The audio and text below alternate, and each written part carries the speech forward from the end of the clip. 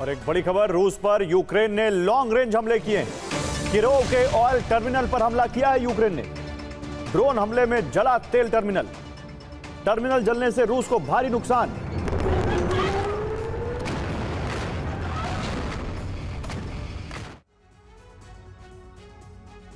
तो हॉर्मुज अब बारूद का महा एपिसेंटर बन चुका है। अमेरिका और ईरान के बीच कभी भी महायुद्ध छिड़ सकता है, क्योंकि समंदर में तेल को लेकर एक भयानक और खूनी भिड़ंत शुरू हो चुकी है। पेंटागन के सिचुएशन रूम से लेकर ओमान की खाड़ी तक ट्रंप का मिनी वॉर फॉर्मूला एक्टिव हो चुका है।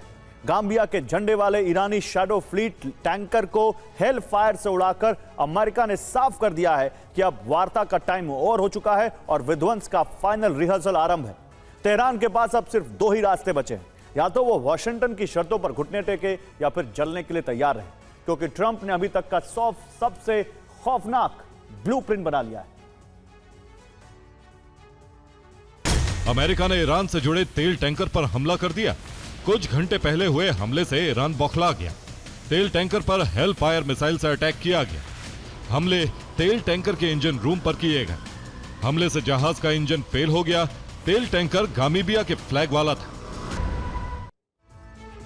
तो हॉर्मुज में अमेरिका विध्वंसक हो उठा है। अब ईरानी तेल टैंकर तैरते ताबूत साबित हो सकते हैं, क्योंकि उन पर अटैक से भारी तबाही हो सकती है। अमेरिका के टारगेट पर खर्ग द्वीप है, जो सबसे बड़ा स्टोरेज हब है। खर्ग 5 ऑयल प्रोडक्शन प्लांट से लिंक है, जहां से हॉर्मुज में तैरते टैंकर तक तेल सप्लाई होती है। इसके अलावा सिरी द्वीप के पास भी हमला हो सकता है, जो 4 पाइपलाइनों से लिंक है।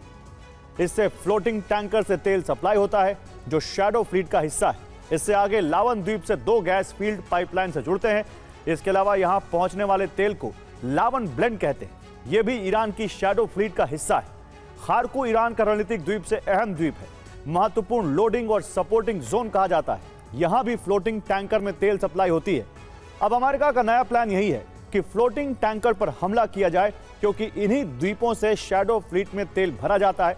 अमेरिका ईरानी टैंकर पर हमला करेगा तो टैंकर के साथ द्वीप भी जलेंगे।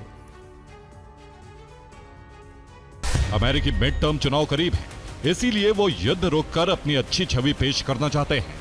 दूसरी तरफ तेल के बड़े दाम कम कराकर क्रेडिट लेना चाहते हैं। इसके लिए युद्ध रुकना जरूरी है। ट्रंप हालात को सामान्य करना चाहते हैं, जिसके लिए समझौता जरूरी है। अब इसके लिए ईरान पर दबाव सिर्फ हमलों से ही बनाया जा सकता है। और अमेरिका ने ईरान में पहले 5 टारगेट फिक्स कर लिए। पहला टारगेट अहवाज ऑयल फील्ड है, जहां 8 लाख बैरल प्रतिदिन तेल निकाला जाता है। दूसरे नंबर पर गचसरन ऑयल फील्ड है। इसकी प्रोडक्शन क्षमता 6 लाख बैरल प्रतिदिन है। यहां मिसाइल अटैक हो सकता है। तीसरा टारगेट मारून ऑयल फील्ड है। इससे रोजाना 5.2 लाख बैरल तेल निकाला जाता है, जिसे खर्ग आइलैंड पर स्टोर किया जाता है। कमांड सेंटर से चौथे टारगेट आजाद गन ऑयल फील्ड पर निगरानी रखी जा रही है। इसकी क्षमता 4.5 लाख बैरल प्रतिदिन है। 5वें नंबर पर अगजारी ऑयल फील्ड है। इससे रोजाना 3.8 लाख बैरल तेल निकाला जाता है। इस पर हमला करके अमेरिका भारी तबाही बचाने की तैयारी में।